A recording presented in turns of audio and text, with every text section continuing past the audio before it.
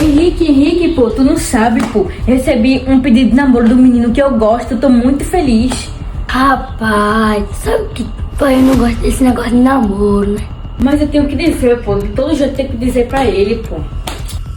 Então, boa sorte aí. Pai, Oi, não me menina. mata não.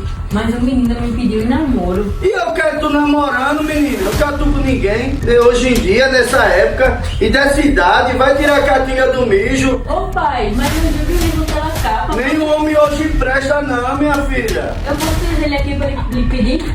Traga. Mas se for gente safada, eu tiro na hora, viu? Tá certo. Tô de olho em você. E aí, pô, será que seu Bruno vai gostar de mim? Eu não sou de muitas ideias não, viu? Eu não sei, espero que sim, né? Vamos ver. E aí, coroa? Cheguei, vamos esse castelo aqui tem um novo dono. Coroa! Desanda.